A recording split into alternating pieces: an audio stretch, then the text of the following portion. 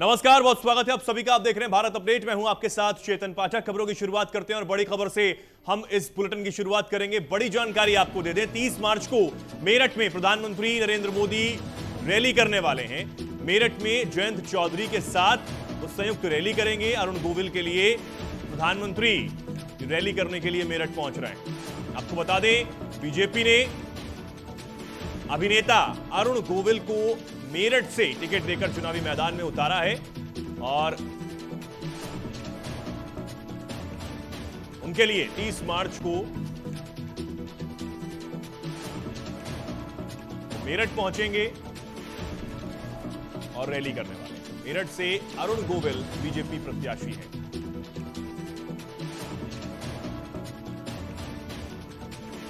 तीस मार्च को पीएम मोदी मेरठ दौरे पर रहेंगे। रैली वो यहां पर करने वाले हैं। जयंत चौधरी के साथ संयुक्त रैली करेंगे और आपको बता दें, मेरठ से बीजेपी ने अभिनेता अरुण गोविल को प्रत्याशी बनाया है।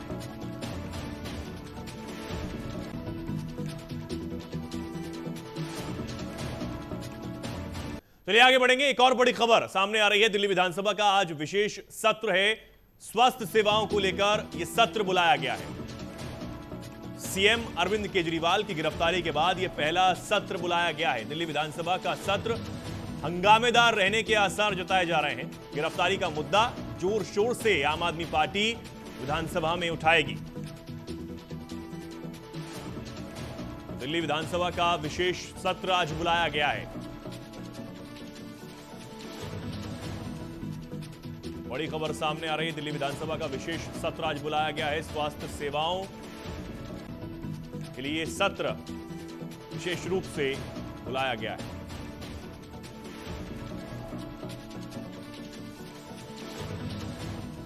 चलिए आगे बढ़ते हैं। लोकसभा चुनाव के लिए पहले चरण के लिए नामांकन का आज आखिरी दिन है। 21 राज्यों की 102 सीटों पर 19 अप्रैल को वोटिंग होनी है। 28 मार्च को नामांकन पत्रों की जांच जो है वो होगी। 30 मार्च तक नामांकन वापस लिए जा सकते हैं। ये बड़ी जानकारी आपको दे रहे हैं। लोकसभा चुनाव के लिए पहले चरण के लिए नामांकन का आज आखिरी दिन है। 28 मार्च को नामांकन पत्रों की जांच होगी, यानी कल जांच होगी और 30 मार्च तक का वो समय जब प्रत्याशी अपना नामांकन वापस ले सकते हैं। आपको बता दें, 19 मार्च को पहले चरण के लिए वोटिंग होनी है। 21 राज्यों की 102 लोकसभा सीटों पर 19 अप्रैल को पहले चरण में वोटिंग होगी। आगे बढ़ते हैं। एक और बड़ी खबर आपको दे दें। उत्तराखंड में नामांकन का आज आखिरी दिन है। बीजेपी, कांग्रेस समेत तमाम दलों के प्रत्याशी नामांकन करेंगे।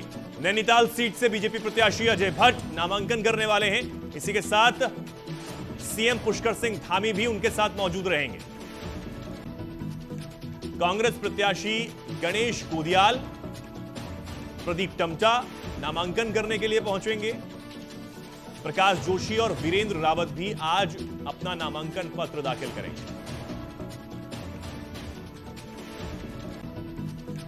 बीजेपी, कांग्रेस समेत तमाम दलों के जो प्रत्याशी हैं वो आज नामांकन करने के लिए पहुंचेंगे।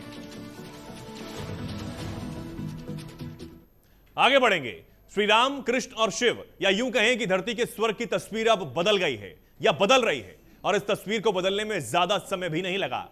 योगी राज ने अपने 7 साल के कार्यकाल में इस धुंधली तस्वीर से पारदर्शी परत को हटाया है, जिसके बाद प्रदेश में राम राज्य की स्थापना हुई है। कैसे बीते योगी राज के ये 7 साल और इन 7 सालों में प्रदेश में विकास की बयार किस ओर बही, इस रिपोर्ट में जानिए।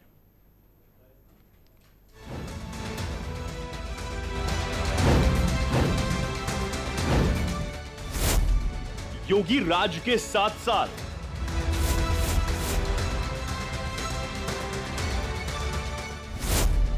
यूपी में बुलडोजर मॉडल ने मचाया धमाल।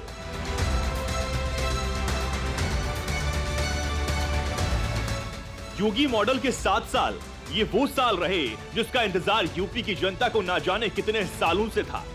लूट, डकैती, मर्डर, महिलाओं के साथ अत्याचार और दंगों ने यूपी को सिर्फ देश ही नहीं विदेशों में भी हाईलाइट किया हुआ था। यूपी में तब की कानून व्यवस्था को गुंडे बदमाश अपनी जेब में रखकर चल रहे थे। पुलिस के हाथ बंधे हुए थे।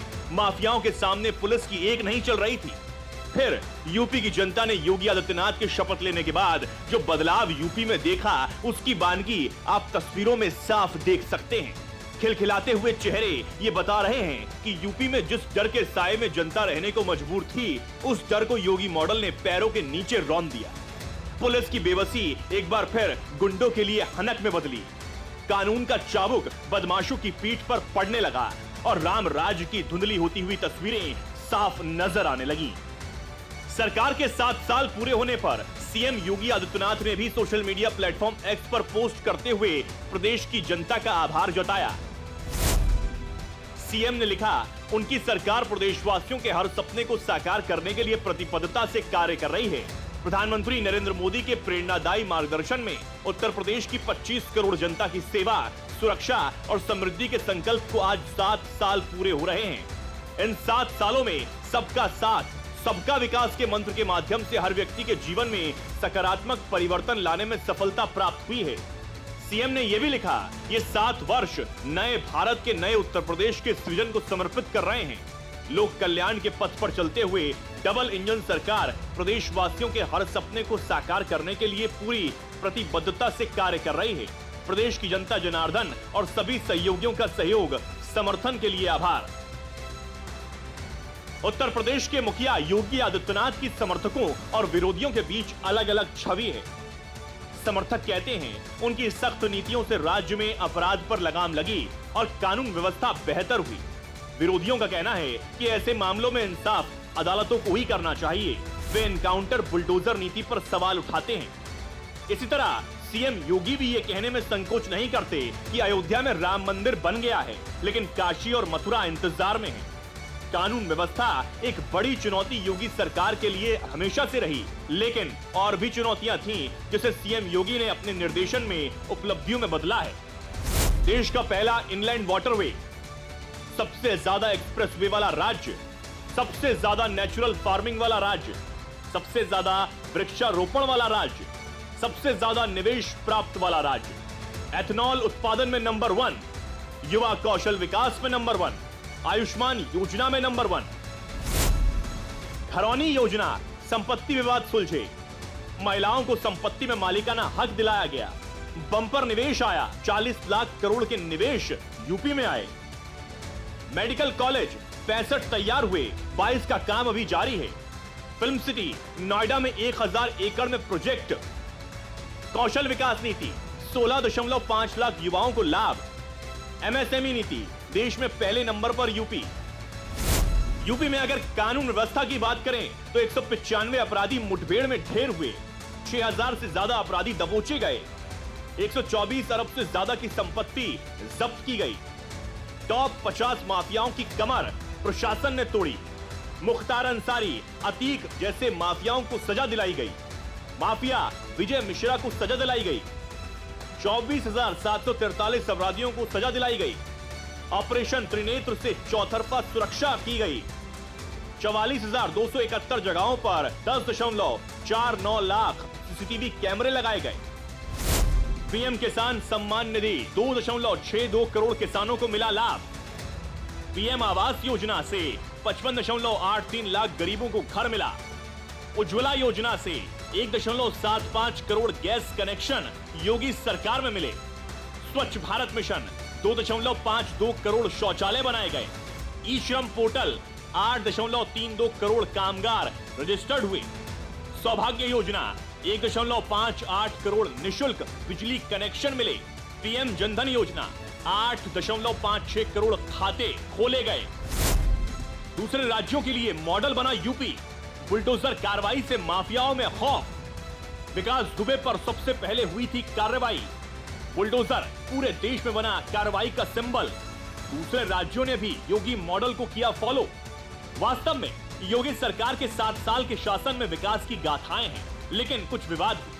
गांव में कई किसान आपको ये कहते मिल जाएंगे कि आवारा पशु परेशान करते हैं। मुख्यमंत्री को इस पर और भी कठोर कदम उठाने चाहिए। समस्या का कुछ निदान हुआ है, लेकिन ग्राम प्रधान और अन्य जिम्मेदार इस पर उस गंभीरता से ध्यान नहीं दे रहे। कुछ की शिकायतें हैं कि योगी बुलडोजर का प्रयोग करते हैं। सरकार अदालत की बजाय स्वयं निर्णय करने में लगी है, लेकिन बड़ी संख्या में ऐसे भी लोग हैं जिन्हें योगी का बुलडोजर अच्छा लगता है कि वो अपराधियों को ठीक कर रहा है, उनकी कमर तोड़ रहा है। इसलिए आम जनता की जुबान से ये बात भी बार बार सुनने को मिल जाती है कि अब बहु बेटियां सुरक्षित हैं। Bureau report, Bharat update. चलिए आगे बढ़ेंगे। अमेरिका के बाल्टीमोर में हुए जहाज हादसे में लापता लोगों को मृत्यु मान लिया गया है। ये जानकारी अमेरिका के कोस्ट गार्ड अधिकारियों ने दी है। यह हादसा मंगलवार को हुआ जब सामान से लदा एक कार्गो शिप बाल्टीमोर नदी में आगे बढ़ रहा था। तभी अचानक बिजली कट गई और जहाज पुल के खंभे से टकरा गया।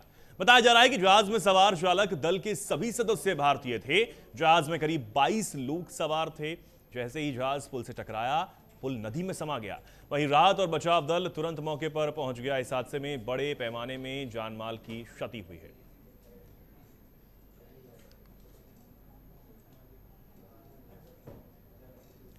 तो ये तस्वीरें आप देखिए, पुल के खंभे से एक मालवाहक जहाज जा टकराया। 22 सदस्य इस जहाज में सवार थे और ताश के पत्तों की तरह ये पुल ढह गया।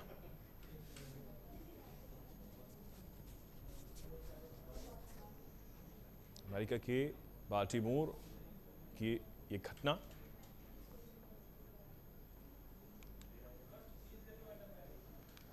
चालक दल के 22 सदस्य इस जहाज में सवार थे। तस्वीरें आप देखिए, अमेरिका की तस्वीरें हैं जहां हादसे में 6 लोगों की मौत की खबर है।